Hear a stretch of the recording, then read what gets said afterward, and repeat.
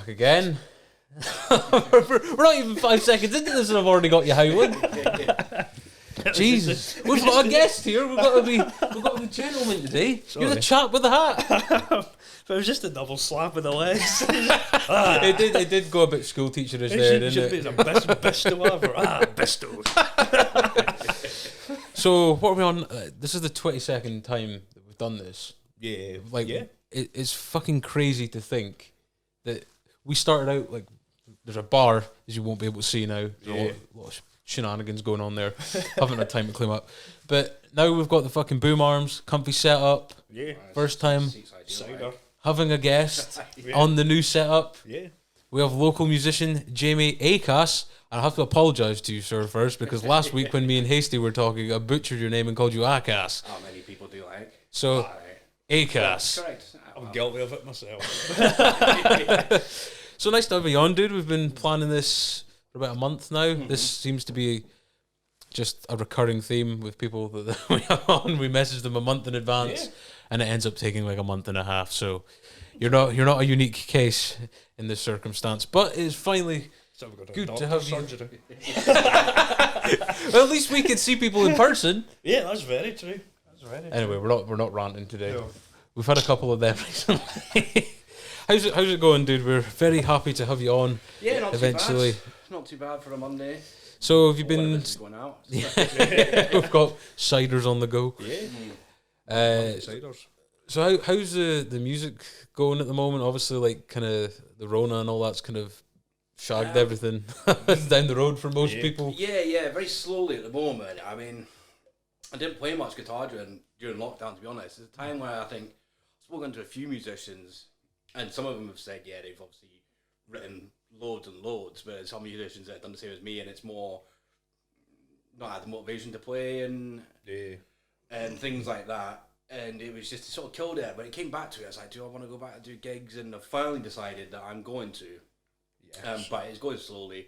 So trying to sort of just do a new set list and that, you know. Yeah. I mean, obviously you've got many more accomplished musicians than myself that have been on. Pardon me. So they've written a lot more of their own stuff and that, and they're ready to go with a lot more of their own stuff. Whereas me, I so what I'm looking for, try it on error, sort of see what works, see what doesn't. So yeah, there's things to come. I'd like to find a partner. So if anybody's watching, listening, play guitar, hit me up, like. Yeah, that's just every time I've seen you. You've been amazing. Really good night. I enjoy myself. That's what it's all about. I think you just enjoy yourself while you're playing it. Go do me a quick favour, Jamie. Just pull that a bit closer to you. Yeah, Sorry, I'm a bit technical with the whole levels being right at that.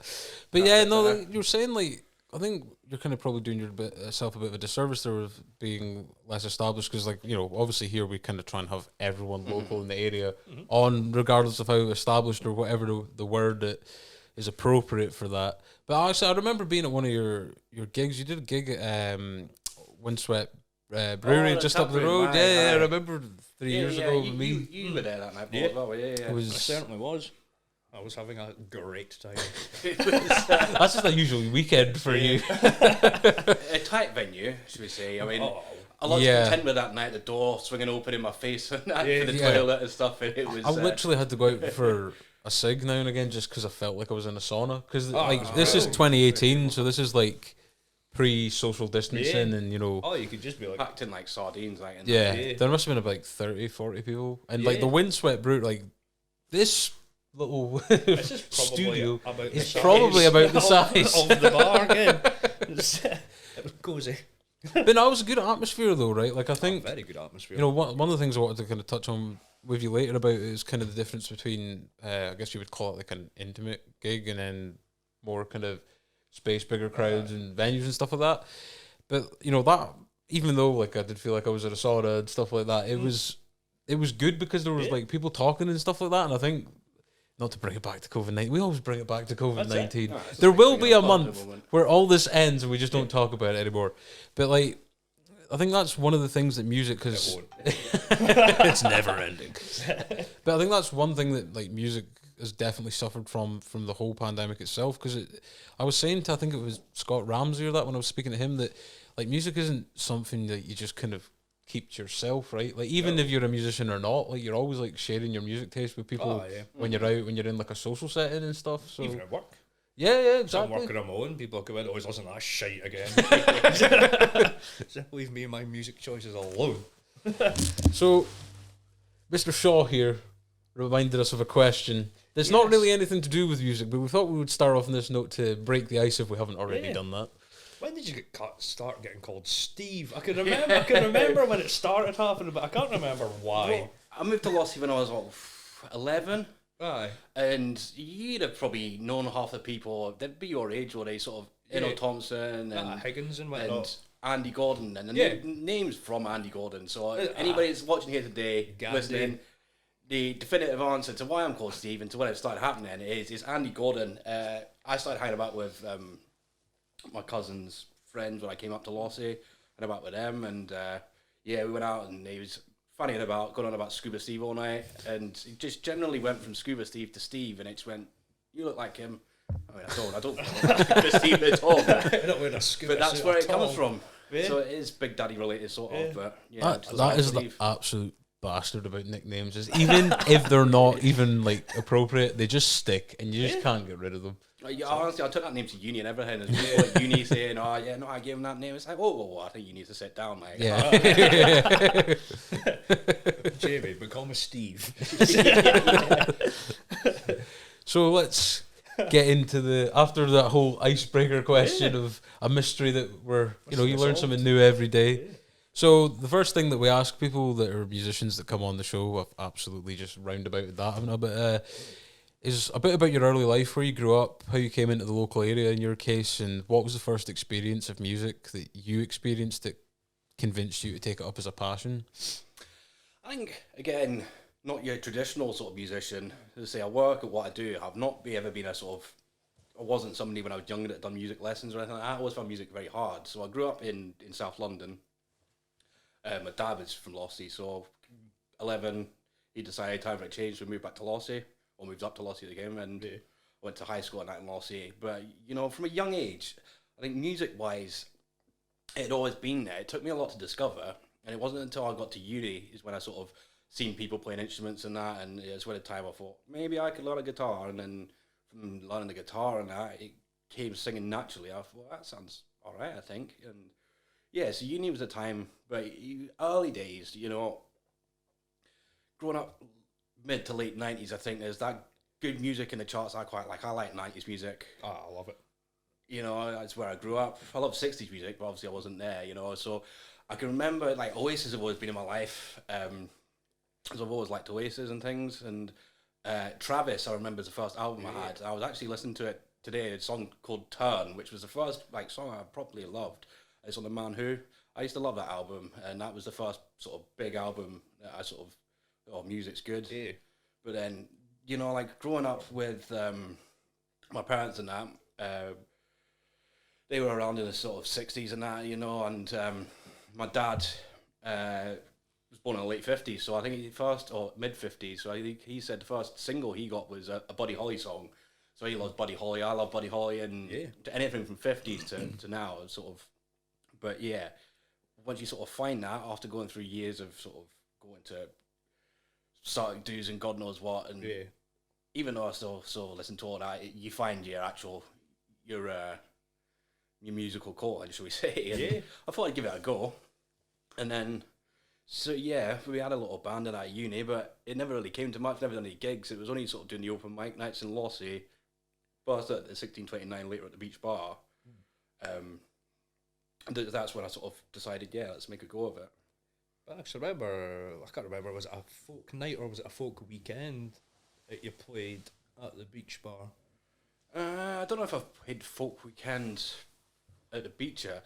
I mind playing it at the scaled down version of the Cooley once. That is a great analogy for the Cooley. It is a scaled down beach bar. No offence, John. Please don't ban us. That's where most of the custom I played there once, but no, I played a gig in the beach. It was a short notice. I think I come back from Transmit, and Graham said we're needing somebody for Saturday night. Yeah.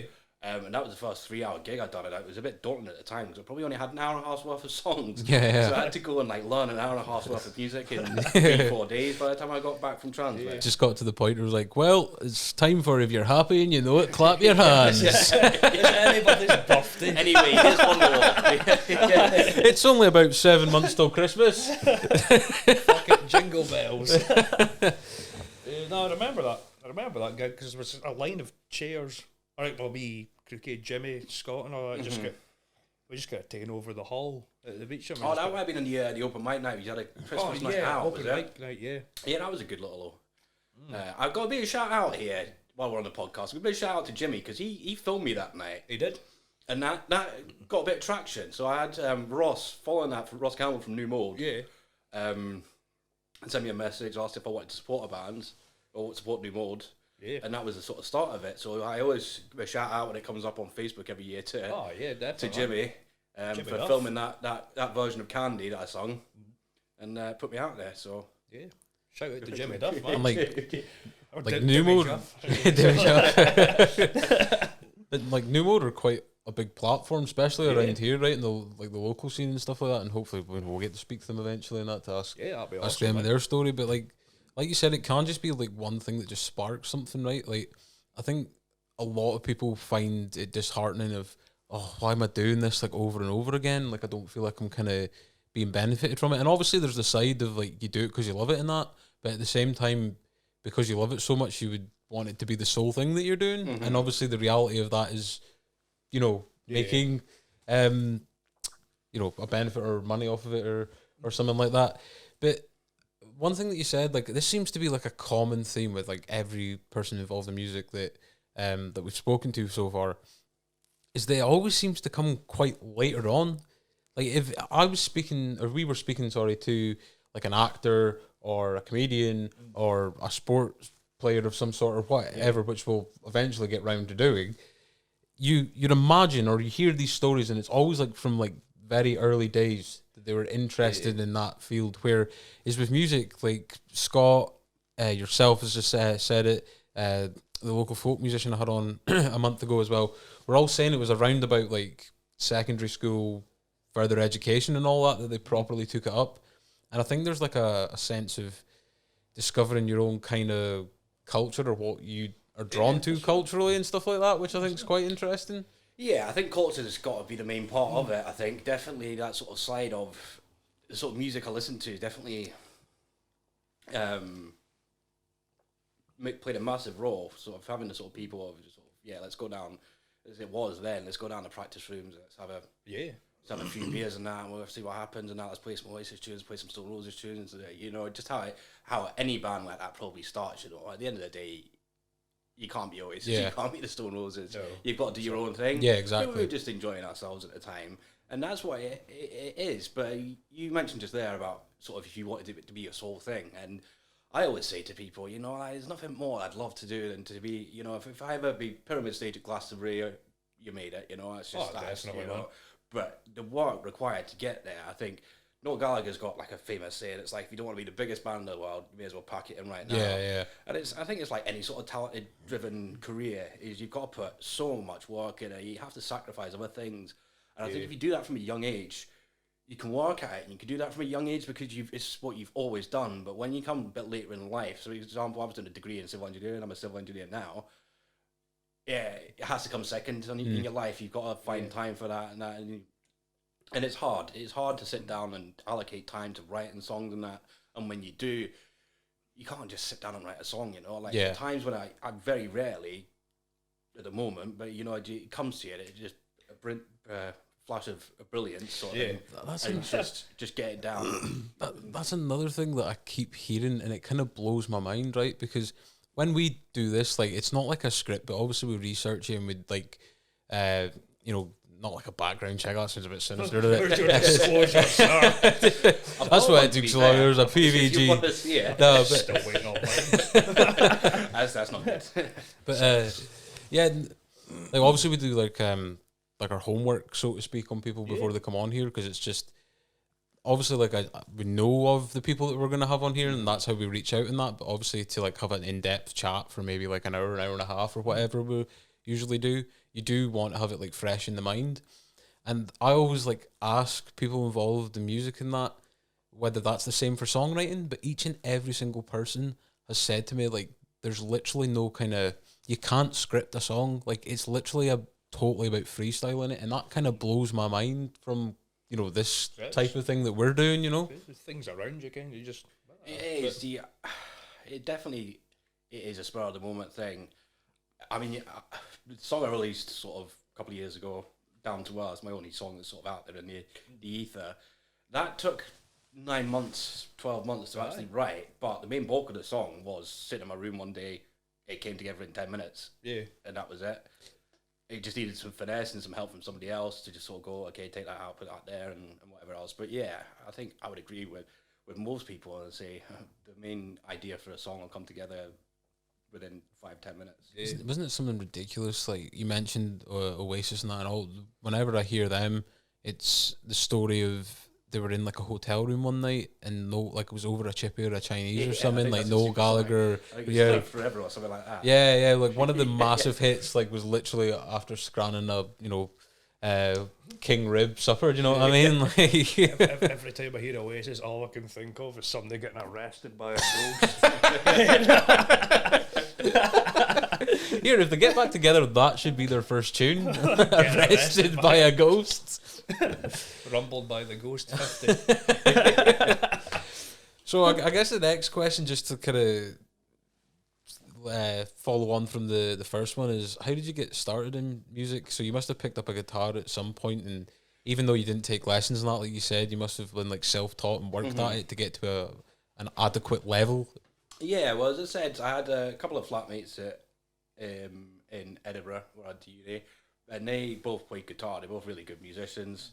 And I just found an acoustic guitar in my cupboard. I thought, I'm going to take that back and I'm going to get them to teach me it. But I ended up just learning myself. So anybody that wants to sort of learn guitar, and I picked it up YouTube videos and that. Once you learn 3-4 chords are away, once you can put together something that sounds like a song, it's like you're off. It's like magic. Like it's just like, right, that's it. That sounds good.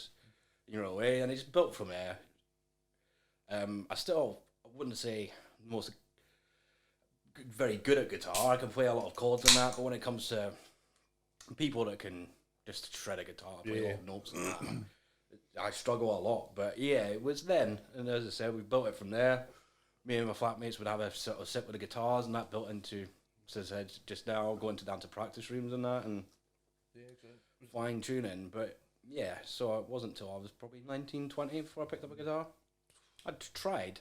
I always wanted to learn the drums when I was younger, but I've got absolutely no rhythm whatsoever. I'm the same with you there, bud. It's quite amazing how like the internet has changed the game forever in terms of how to learn stuff. Oh, like yeah. literally how I do multicam when I'm editing this and that has literally been sat through 2-hour tutorials of me just noting stuff down and, you know, mixing and matching with it and all that. And obviously like it's still early days yet, and I plan on improving more than that. So I remember hearing, I listened to a lot of the Joe Rogan Experience before anyone judges me politically or whatever. Like, there's a clip where he was talking about like if you have like a passion that similar to what you were saying, maybe doing it as a secondary thing, because obviously, you know, the reality of, you know, the world is that you need money to survive in that. So he was saying, but if you put each and every bit of your, you know, focus into that, while you're John Wick of tunes.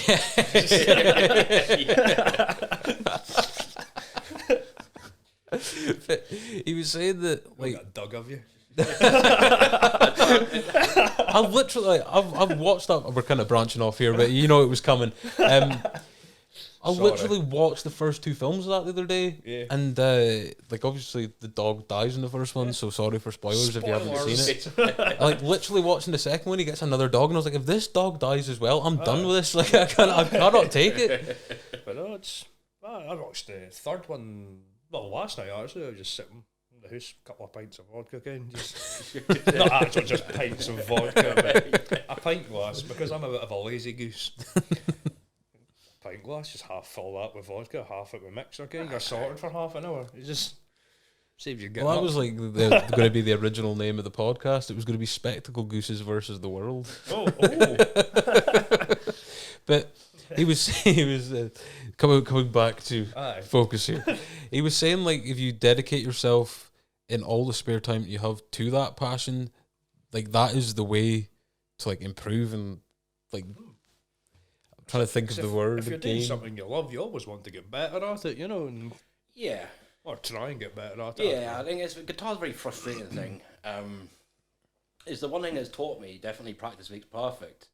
And before that, I think I probably just half-assed in a lot of things. Not so much my day-to-day life, but any sort of realise you can put that practice into, or approach into practice, like when it comes to anything, any sport and stuff like that you're playing, anything you just need to just always work out to get yourself better at it. I think that's guitar's definitely taught me that skill a little bit better.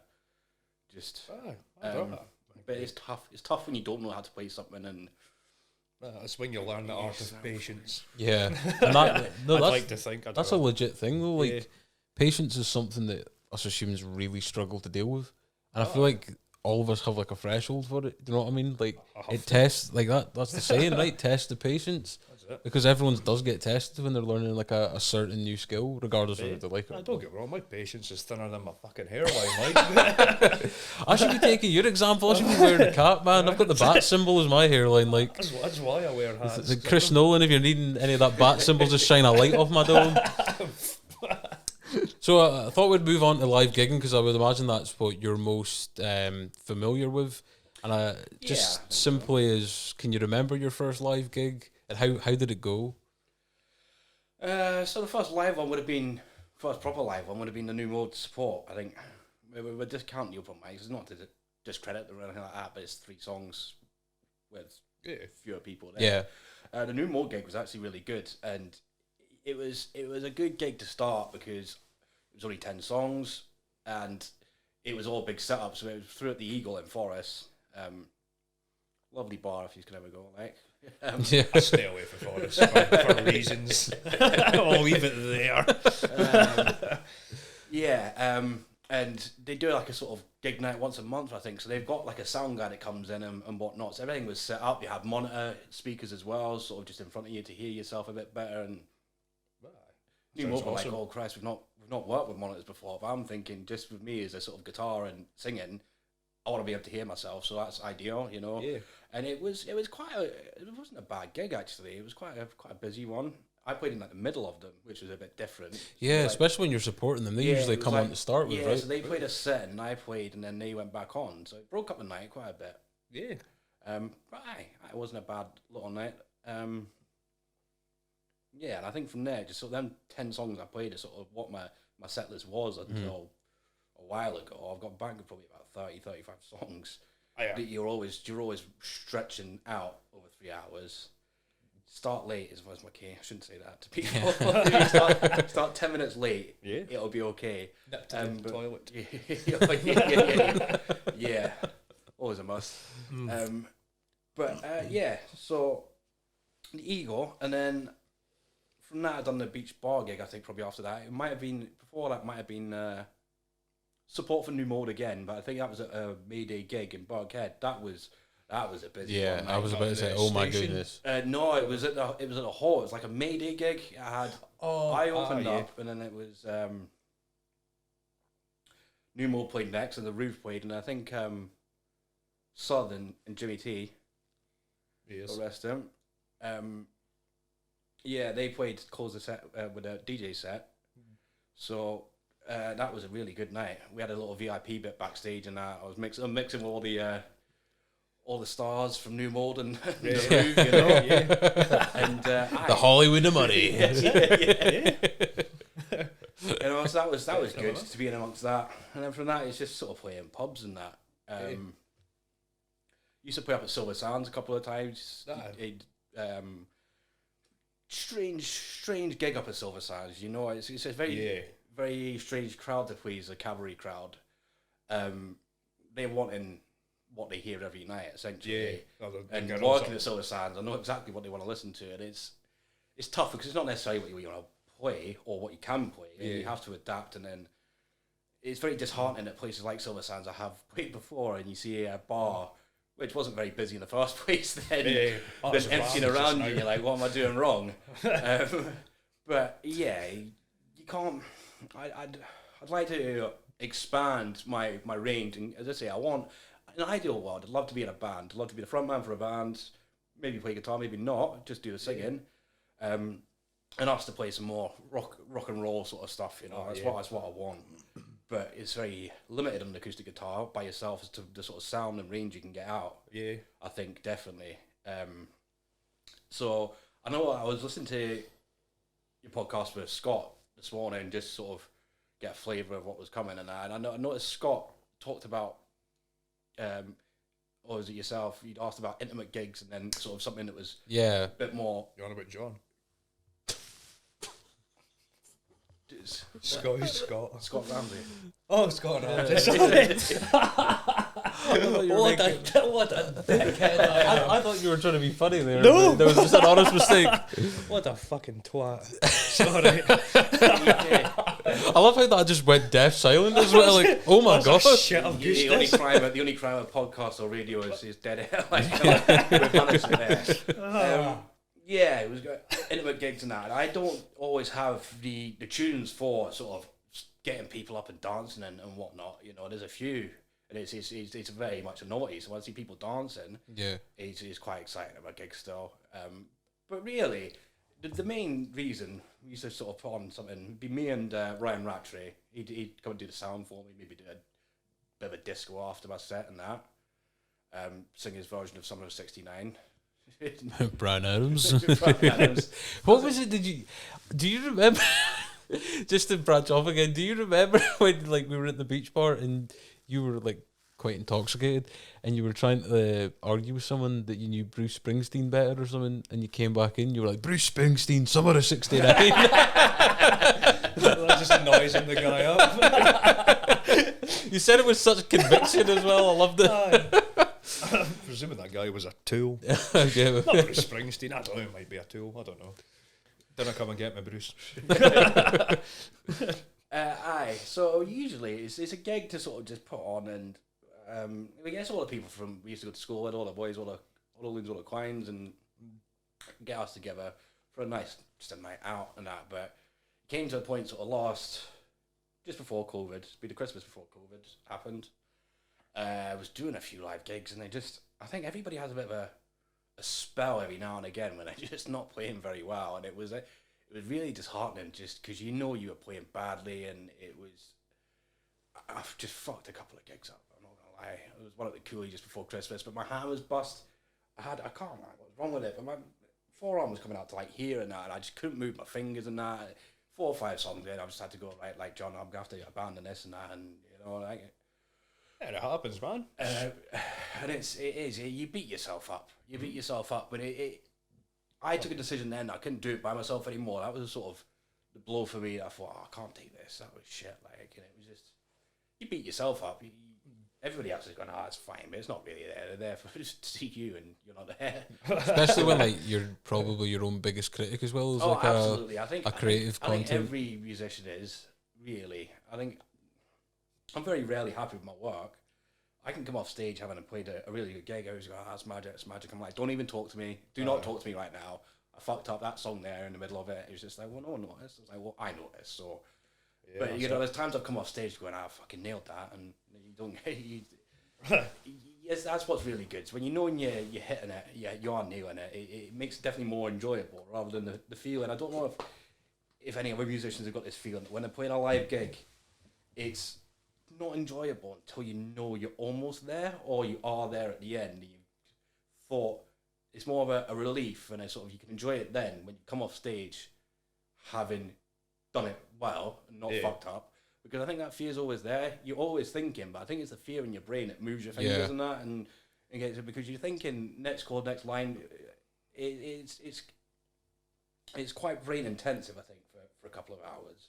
Especially with a pub gig, you know, if you're playing a big gig somewhere, like bigger musicians or bands and that, they're playing for an hour and a half, probably playing 2 sets. And as being a pub singer, it's a challenge at times to play for yourself for 3 hours. I suppose I say it's 3 hours, it's 3 45-minute sets, but it's still a long time. As I say, you haven't to pencil in probably 35 songs. That's a lot of stuff to remember. Yeah, that's I suppose in a pub gig, we used to be like 100 mile an hour just for. Oh yeah, it's a bit mental, but we're getting back there. I've decided, as I said, I want to get back to it. So it's Which makes me happy. watch this space really. I seen on your music page when I was doing a bit of research for you, you mentioned kind of briefly there about you're wanting to go into a band rather than keep it a solo act. So what, I suppose you kind of already gave the reasoning behind that, but how are you going to approach that, like going forward? And what do you think having not been in a band previously, or maybe you have, what are the differences between like solo and being in a group per se? I think being in a band, I think it comes with the challenges. It's not yourself. You don't have the sole decision on what happens, which we've never really sort of experienced it much. As I said, we used to have a sort of play about band at uni and that, but we weren't really a band. We were just 4 or 5 boys like going down a practice room and playing some instruments and that. It was a band in the fact that we had somebody to play every instrument and whatnot. But at that stage, I was still very amateur, a lot more green than I am now. So I bowed down to, I would say, right, we'll do this, but whatever went on musically is up to them. Whereas now I think I'd be a bit more sort of like, well, no, what if we have it like this? Yeah, a bit more assertive. I really don't know how it would really work. It's a struggle just to find people. I mean, I was jamming with Logan Muri for a bit. I don't know if you ken Logan. I can't say I do. Yeah, I know. But, really good. We had a couple of jam sessions that was really good, but since I've moved back to Keith and that, well, moving through to Keith with my girlfriend and stuff, and COVID's happened, so we've not seen each other. And it's hard from the get-go, really, because I said to him when we first had that jam, it's like, right, okay, that was good, so we'll put the building blocks together now, we'll have a jam again, but if we're going to do it, we need to be sort of organised in that. We need to pencil it in for every Monday. We need to have consistency with practice, it, and that's one thing you need to have, I think, and that's one thing we just didn't have from the start. Yeah. I've definitely not got it, I don't think. So I probably have to rely on somebody else to be the organised one and say, right, get down to the practice rooms, such and such as garage for this time. Yeah. Otherwise, I would like to just. I think there's always a clash. If you look at most bands, there's always a clash between your front man and probably a lead guitarist. I mean, it's very cliche to say that you're leaving out your bass player and your drummer because they're important parts of the rhythm section to keep everything together. I mean, no disrespect to drummers or bass players here. Yeah, I used to play the bass before. I think really? I did, yeah. I think your guitarist, your lead guitarist and your vocalist are your creative parts. They're the parts that everybody notices more, so I think they're the parts that you need to big up. Yeah, big up was what I'm looking for. Showcase more. That's a little the bit. Yeah. I don't even know if that's what I was looking for. But it works. I mean, it happens to me all the time. I just think to myself, fuck, there's cameras on, say something. Yeah. So I think that's probably where you get a clash in personalities, and you always get in bands. If you get 2 big personalities, but you need it to make a band work. If you have somebody that's potentially a bit quiet on the guitar, you're not going to get a good guitar, and if you get somebody that's too shy for vocalist, they're not going to be a good front man. Nobody wants anybody fucking beige in their band. That's what I said. Unless it's titled The Beige Band. That's it. In which case, we might be able to put you in touch with someone. The Beige Brothers. Yeah, but I think getting a drummer, I think, is the crucial part of a band, and I don't really know anybody. And it's hard in Moray. I put feelers out in Lossy and that. There's a page just called Moray Musicians, which every time I look at it, I think of this podcast, Yeah. Just, Moray Musicians. But, We're stealing feelers out headlines. on that, and it's no disrespect to the guys. I've had a few bits of interest in that, but, I'm 28, and the guys that are messaging me are, like, older guys, just to be polite to them. And the dynamic's not really going to work there, because I can't see myself being a front man for a band of people that are 50, 60 plus. Good on them, they're still rocking out at that age, best of luck to them. But unfortunately, I'm looking for something, a project to my own age. Yeah. Even if it was just me and another guitarist at this point in time, that we could maybe explore some electric stuff. I'd love to be able to play. I've got a Strat set at home that I do nothing with.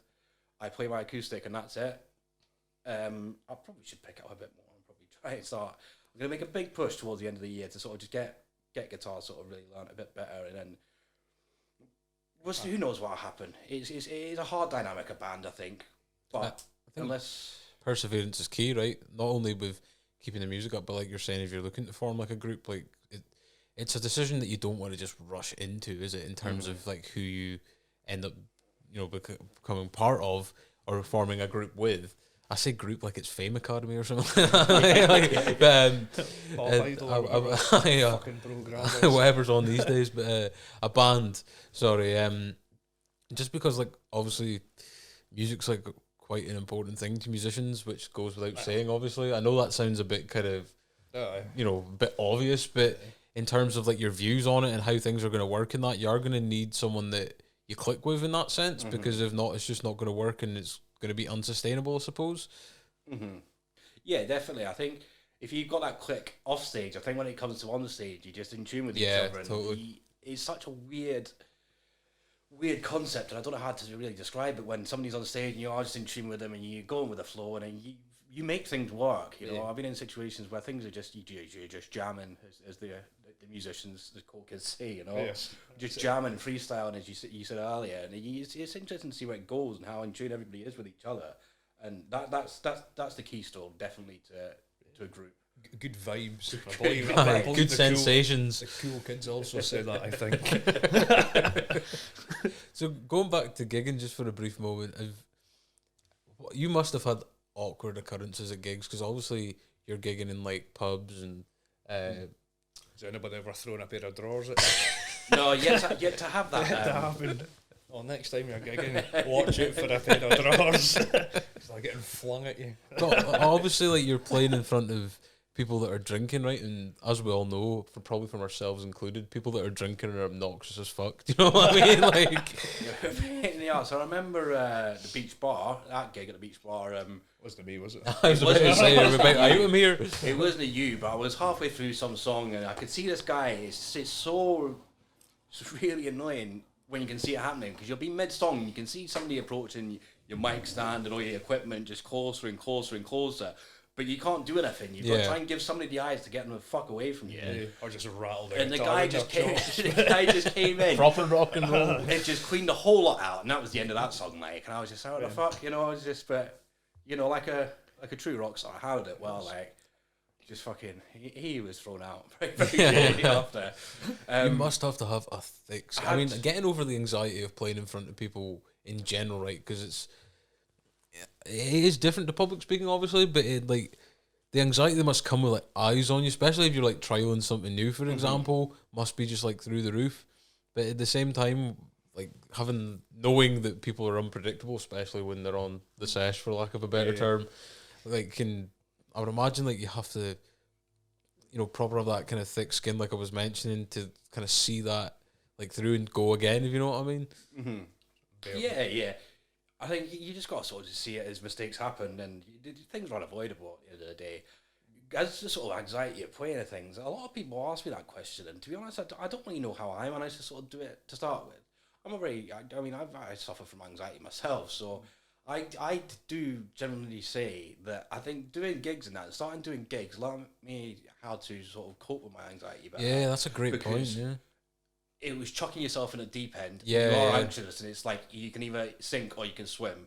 Yeah, almost like raising your tolerance level to it as well. So it found me how to swim to a point. So I can definitely apply that to other points in my life now. And yeah, that's been very helpful for me. But it is nervous. It is your first song's always. So I always play an easy song. I always play That's Entertainment as the first song because it's two chords. You know? Yeah, it's a nice little settler. I just got to remember, was it Johnny Rotten that said, 4 chords, you're in a punk band. Yeah. That's pretty much it, like. Come on in. What do you think, apart from the obvious of it not being able to happen, that the pandemic will have on live music? I know it's back, but do you think it's going to change in any way? I don't know. I think people are going to be hesitant. I think people are going to be hesitant in general just to go out into the public and be as they were 2 years ago. But I think after a while, I think people will forget about that, and it's going to be like it was. I think things will change, definitely. But live music, I think live music needs to succeed, and I think there needs to be a lot of funding and that involved in it, because you've a lot of sort of streaming and that these days and illegal downloads. Yeah. Well, people do still do that. I mean, I've never personally, yeah, well, not Napster since, not back since, in the not day. since about, But not even just the illegal downloads. But- If you look at stuff like Spotify and that, which yeah, it's just, we always bring this up. We should really not be biting the hand that potentially feeds us because this is on Spotify. But like even Chris Grant, Scott Ramsey were just talking about it, and it is like there was a going around in circles again because it's about to say the same thing as I've Get said it. fuck off from it. Yeah. Well, there's a good side to it from a consumer's point of view, right? Because you can pay what is Spotify like £10 a month. $9.99 a month. Yeah. So it's like the world of music is your oyster most of the time. There's probably not a song that isn't on Spotify. There's not very much Crazy Town off the Gift of Game album. Apart from Crazy Town off of the Gift of Game album, there's not many that you can't get your hands on. But in terms of more independent musicians, right? Because obviously, I don't know, someone think of a big musician, Kanye West, something like that. I know it's kind of a bit off topic of what the kind of music we're talking about, but like he doesn't need that to be his sole kind of income, right? Because he's got many other avenues, like I don't know, selling at Madison Square Garden or something ridiculous like that. Whereas like independent musicians, put loads of time into going around the local circuit, and obviously coming up with their own material and songs and so on and so forth. Like Chris Grant was saying that the Spotify thing, he has to promote like 6 months in advance with physical copies and releasing a song each month just to build up enough interest in an album, which to me is crazy, like. Yeah, I mean, Spotify is a platform that I've not used yet. I mean, it gets to the point of it's no real point in me using it. I mean, I've got down to us hosted on a website called Bandcamp.com. Just a music hosting website. It's a bit like SoundCloud. I don't know why I choose Bandcamp over SoundCloud, but that's what happened at the time. Spotify, you can pay however much to get your song uploaded, and I thought, what's the point in paying X amount of money just to have my song on Spotify? It's quite cool to have it on Spotify, don't get me wrong, but was it worth it? Probably not, but if we're going forward, it might be quite profitable, not profitable, it's never going to be profitable is what I'm saying. I think my point I'm making, but if you're going forward to get ease of access, yes, Spotify, but it's a nightmare, and as local musicians, you're not looking to do that, I don't think. Your live gigs is where you go in, and live music in general, anyway, I think it's where bands and musicians nowadays make their money, so it has to return. I think that's a very black and white way of looking at it. It's got to return to what it was to make the music industry what it was, because otherwise you're going to see a lot of failing artists, and the art is going to collapse a little bit. And the thing about like kind of digitizing music, even this is even relatable to the top end of music with people that are famous through it and all that, is that live music will be pulled away from stuff like this, right? Just because you've literally got anything you want to hear on your phone, right? So people that are kind of growing up in this digital age will just be like, why would I travel 500 miles to, I don't know, go to Manchester? I can't wait to go back to gigs, man. No, but exactly. But like, there's if you think of people that have, like, we're of a generation that's kind of in a middle ground of we're the last chopper out there before we're being attached to an iPad or something when we can't do them. You know what I mean? So I think young people still want to go to concerts and things, but I think that's probably me just showing my age. I don't really know if they're listening to artists that are going to have good concerts and that. I mean, I'm not going to mention any names. Some music's utter pish. I mean, just I'm going to put it out there. I'm going to be something controversial. How's Ed Sheeran selling out stadiums? I mean, I know he's a fantastic artist, but a lot of people are like turning on him, and I've never really listened to his music anyway. A stadium band or a stadium artist is a skill, and I just don't think people like Ed Sheeran have got. You've got to be someone like. I mean, I'm not a big fan of them, but somebody like Muse are your perfect. Knights of Sidonia is a classic. They've supposed to be a really good stadium band. Bands like that is what you want to go and see at a stadium.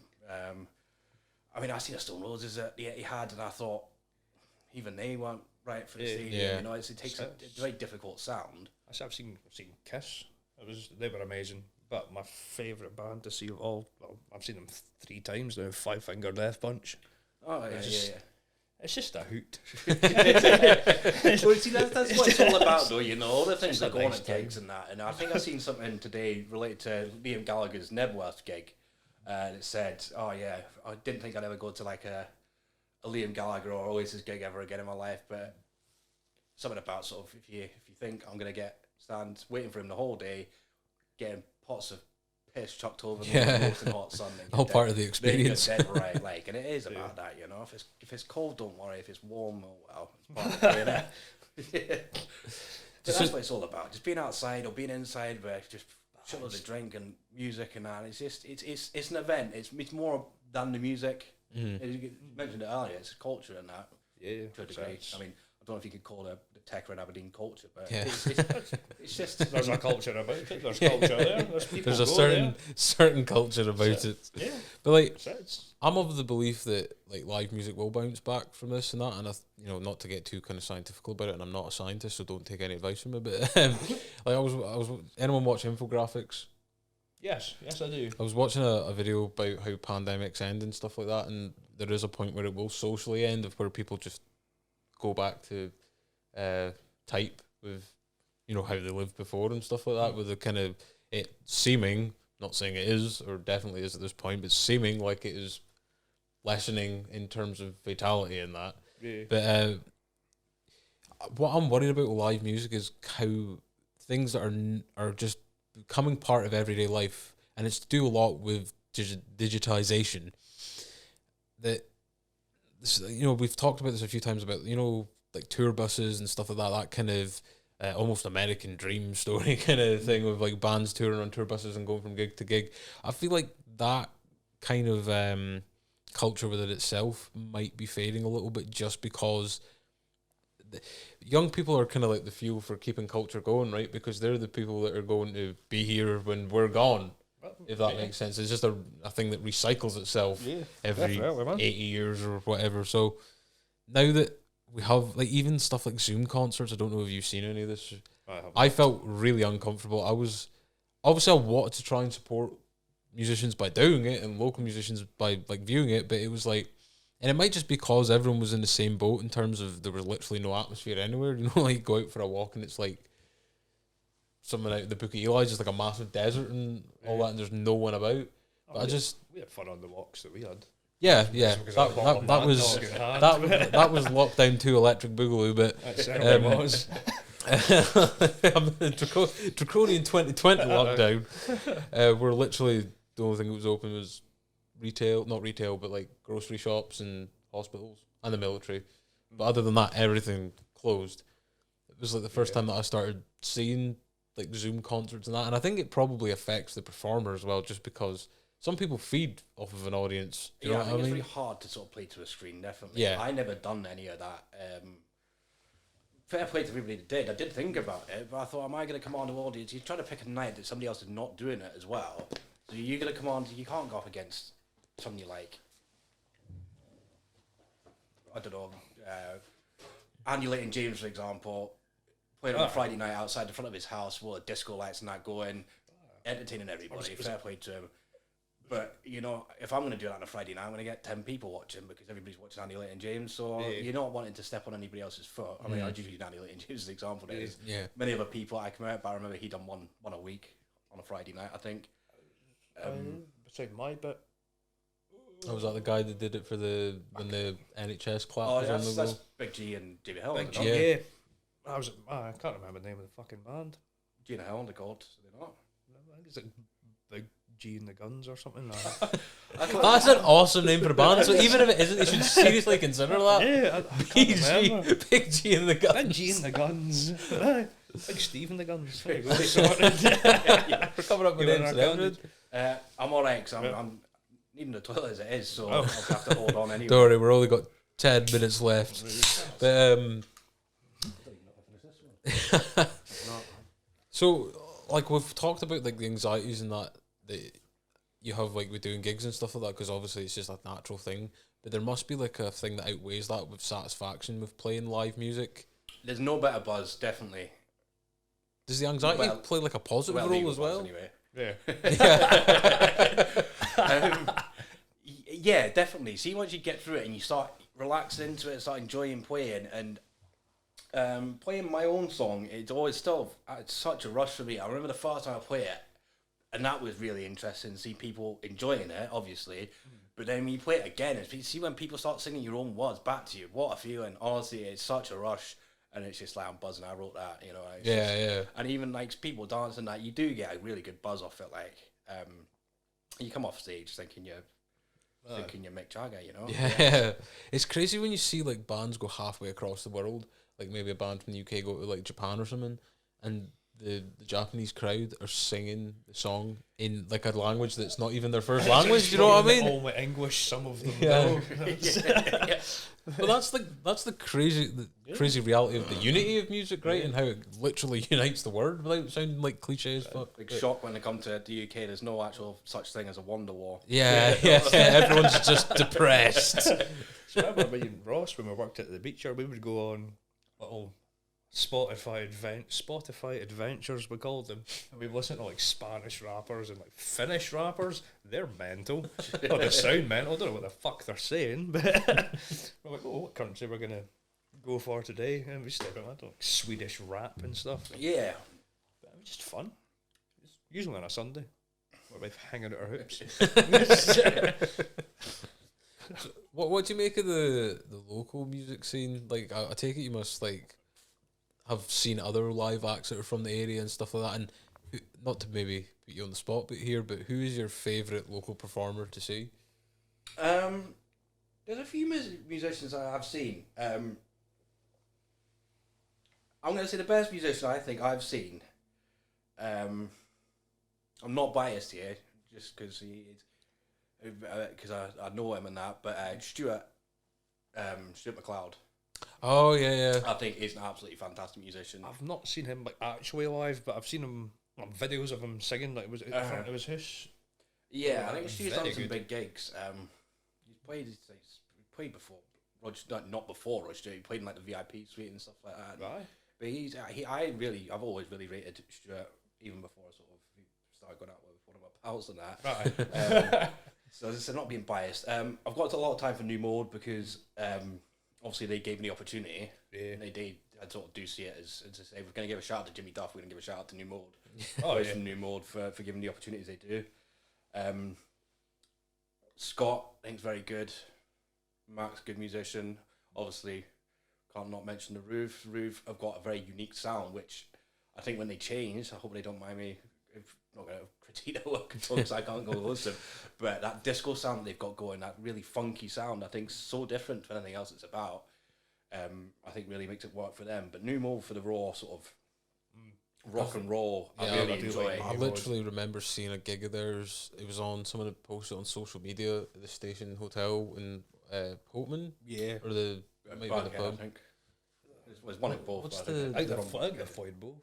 But I think there's the pub called the Station in Holtman or That's something it, like that. yeah. Then. on Station in Holtman. And there's a Yeah. Station Hotel. Yeah, Yeah. well, and it's like absolutely, like there's literally you cannot see a space on the ground because there's just that many people. yeah. It's mental. I was supposed to go, well, the one in Holtman anyway, I was supposed to go to that gig, but I had to work. You thought better of it. Unlike you. I know. Yeah, no, you just like head first into it. I was only fucker left to work, so. Everyone else at the New Mode gig. Pretty much. Yeah, that's very true. Yeah. So before we head off on that, I just wanted to ask like some of your plans for the future and that. We've already kind of talked about it, but I just thought I'd give you a chance to talk about it in depth and articulate it. Fancy words. I do try. I'm trying to revive a song that I wrote. It's the first song I wrote, but it wasn't really there. It had a different sound to it, so I'm trying to revive that at the moment. That's pretty much ready to go, so I could probably lay that down fairly soon. It was just, I don't think it was sort of very good when it started, but I've sort of just taken it back. People that I played it to, I'm like, oh, what's that? I was like, that's just another song that I've written. I'd like to write an EP, so I think that's my goal for the next year. I've been saying it for the last 5 years to write an EP, but I need to just It's on camera this time push though. myself to do it. Yeah, so an EP, because Christ, doing an album is a bit pretentious for somebody that's got one song out, and also it's 11. Well, that's 10, like the 11 songs. progression to an album, right? An EP. Yeah, definitely. And if there's anybody who wants to join me on a journey, then more welcome to it. I think I'd like to take up, maybe learn a bit of keyboards and that. So if I could learn that within a year or so, maybe start introducing some of that into my sound. I don't know how that would sound currently, but synth noises in. Synth, yeah, you know.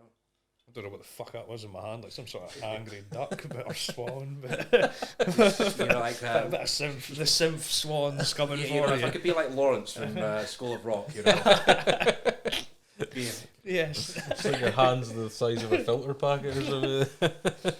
So, just kind of building on that, you know, like the relationships that you build in music. Obviously, you've mentioned like people that give you chances and you know, people that have maybe videoed you, and it's all these kind of different examples. Is that something that you treasure quite a bit in terms of like that kind of shared experience or the opportunities that you get through people definitely. taking a chance on you and stuff? Definitely. I'm very appreciative to chances people give me, because I, as we said at the start, I feel you've had more accomplished musicians on. I'm not most confident people, and relatively speaking, I'm still quite new to the game. I've had to learn a lot. So yeah, anybody chucks my way, I'm very grateful to. So a big shout out to all those people. And it's good to have that little network. You can go certain places. Like you turn up to the open mic nights, it'd be the same people there, but you know, you see them about town now and then, like, oh, how you doing and that. Yeah. And it's just another network of people that you can tune into, and you're always looking out for other people's work and that. Yeah, definitely, man. Is like having a gig that's promoted around you or an open mic night worse for like the anxiety going into it? Because I would imagine like maybe there's more pressure on a gig where it's been advertised as it's this act, this performer, rather than just showing up and kind of playing, because there's that element of surprise there, right? Mm-hmm. Of like, we don't know who this person is and stuff like that. I think so. You could turn up to an open mic night. I mean, I played a gig in the Cooley just before Christmas a couple of years ago, and I walked in, and it was the busiest gig I've played, I think. And it was just everybody there. It was just I walked through the door and I shit my pants, like, and I was like, oh my god. So did he. For different reasons though. I was off my chops. I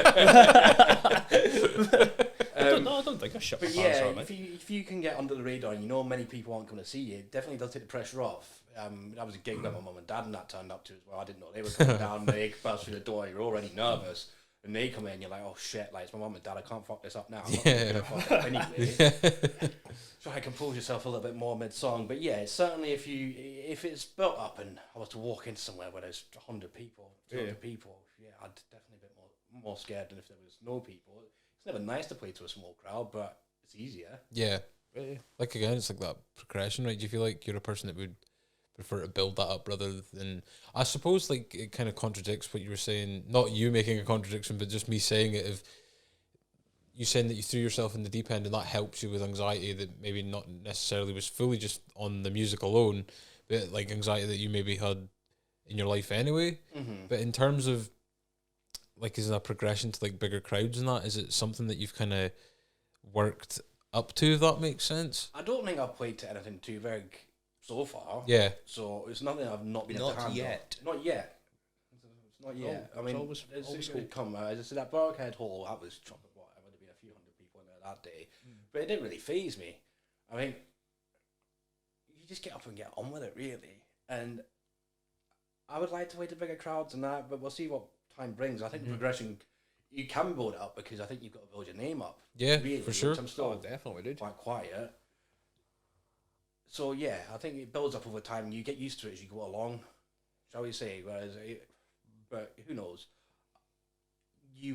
I think I would be nervous at the start if you were to walk out to a crowd of loads of people. But it's like anything. Once you start getting into it, once the crowd starts reacting, they know they're reacting to you. You enjoy it, and it would make it 10 times better, I think. But it's more nervousness at the start, but then more enjoyment. Yeah, totally. So the more you get into it, the more better atmosphere come out the crowd and things. The more you get into it, the more the flow comes and whatnot. And all that jazz. I mean, like, even comparing something like this to that, like, we're nowhere near like a big podcast or even medium podcast. Like, we're not exactly anything goes with James English, are we? But 45 subscribers on YouTube, baby. Can only get better from here. But like, that's it though. Like, people probably like would take the piss, like, oh my god, like, you've only got this, and people obsess about numbers and that all the time. Yeah, but like, the numbers. Having done this, like, this is, you know, massively improved like my mental health and my well-being just from doing it like weekly and stuff. I think that's something that guitars definitely I would say as well. It's like I like that as it's always a little escape, so to speak, and it does keep you sane and things like that. So any interest I think you've got like that, and you naturally get better. So yeah, I'd agree with that definitely. It is good to get out of normal day-to-day life at the moment when it's just stuck in the house and stuff. Especially when like I was someone that used to be dead scared to speak to anyone, right? I used to not be able to hold eye contact with people and that. And don't get me wrong, that's still there, and I absolutely void my bowels when I'm waiting for someone I've never spoke to before to turn up at my bit. Is that what the fucking smell was? But like a lot of like people that I speak to on this, like I've never met before, including yourself, in terms of I've been to the gig and that, but we've never had like a conversation like this, and that does bring anxiety with it. Maybe not to the point of of literally voiding my bowels, but like it does like browning your trousers.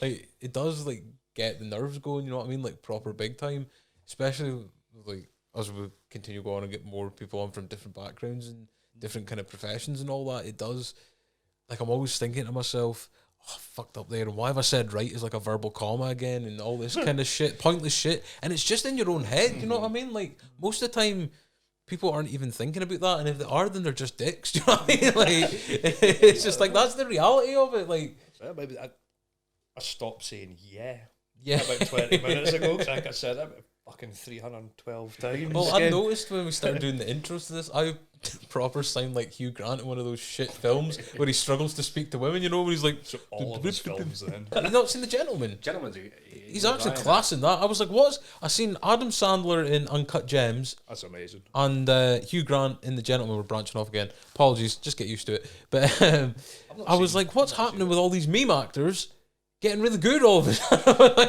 No, I just don't like them. Yeah. Nothing against them personally. I suppose I do. Yeah, well, if you don't like him, it definitely is. Again, fuck you, Hugh Grant. Come and get me. It was Douglas Ross last time, and it's Hugh Grant. Aye. I'll leave the camera look there like... Aye. That shite hawk you can get in the bin. My favourite of them on fire. He's not dealt with the seagulls yet either. He fucking has not. He's had 2 weeks. Says, aye, he's getting binned if I see him. At one of them seagull bins. Aye, what, the square flap? In with the empty crate of Stella. Aye, stop the fuckers from getting into it. Fix going in it. So, final question before we wrap this up, dude, and it's just simply, what does music ultimately mean to you as a person? I think it means so much. I think it makes you feel. I think there's a song for literally any emotion you can feel. There's a song out there to make you feel it. So if you're feeling happy, put a happy song on. If you feel sad, put a sad song on. And it's music speaks to me, and I can find a lot of like truths and sort of connection with certain songs, and that you find the meaning in every song. It might not be the meaning the song's written about, but you find your own meaning. Yeah. And I think that's just so powerful, and that's why music is just brilliant. 100% subjective, right? Like you were saying, you can take anything away from the song, and that's kind of what makes a song nobody's at the end of the day, right? Because someone's took a message from something that you wrote that you might not even mean to intend to have that message in it, but they've viewed it as that, and that might make a big impact on someone's life, and so on and so forth. So that's the thing about music. That's the one word that I would always use to describe it. And this is just someone from the outside that's never been musical at all. It's powerful, right? Yeah, everybody will take different meanings from the lyrics and whatnot. They'll think about different things in their old dome, but yeah, that's about the only inspirational thing I'll say. Just like I'll put like a black and white filter and have the quotes next to you and stuff like that. Should have worn a fucking top hat. My monocle arrived. Oh, did it? Oh, I've seen that actually. Oh, a monocle. You put it on Snapchat? I did. Yeah, I think. Are you coming dressed as it for the Wall Street episode? Oh, definitely, man. Let's go. I've got my suit, my top hat, my monocle, my pimp stick. You look exactly like the thumbnail. We won't even have to like blag it. I thought you used to leave there. You look exactly like a fucking thumb. If I take my hat off, aye. But it's a really hairy thumb. Anyway, that's what we're rather well. Yeah. codename Chap with a Hat, also known as the Baggage Handler, also known as Captain Bucklefinger, Yes. but Many, also many known as nicknames. Pshaw, Yes. the proper pronunciation. It certainly is, my dudes and dudettes. Jamie, all we can say is thank you very much for coming on and speaking to us. We hope you've enjoyed it as much as we have. It can be It's been an absolute pleasure, sir. it can be a bit of a art attack here sometimes with the way that we go. Yeah. Sometimes we like this right now where we start rambling and we get all confused and As long it's as like it's not a fucking heart attack. no art attack. Yes. Yeah, no, thank you very much. I've enjoyed it. Thanks for having me on, and I wish you all the best for the future podcasts. Yeah, you as well, sir. Likewise, man. We should have you on again when you get the EP released and that. Yeah. Keep you true to your word. yeah, very true. You're saying you need someone to keep you in check, and we're the ones to well, do it. Okay, well, it seems like a plan to me. Cheers. Certainly Right, were, thank you very dude. much, guys. Yes. No worries, my man. This podcast is also available on Google Podcasts, Breaker, Pocket Casts, Radio Public, and Spotify.